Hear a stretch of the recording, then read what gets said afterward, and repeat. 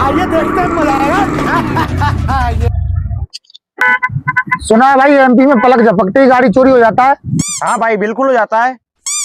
अच्छा भाई तुम ऐसे करो, ये मेरी गाड़ी रखी है, मैं पेशाब करके आ रहा हूँ, थोड़ा ध्यान रखना है इसका। भाई गाड़ी कहाँ है?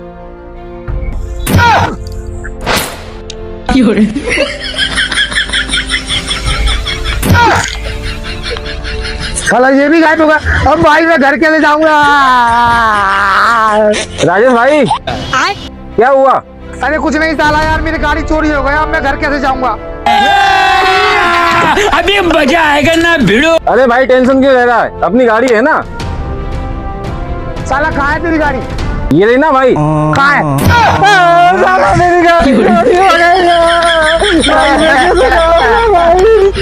साला गाड़ी चोरी हो गई, नहीं दी।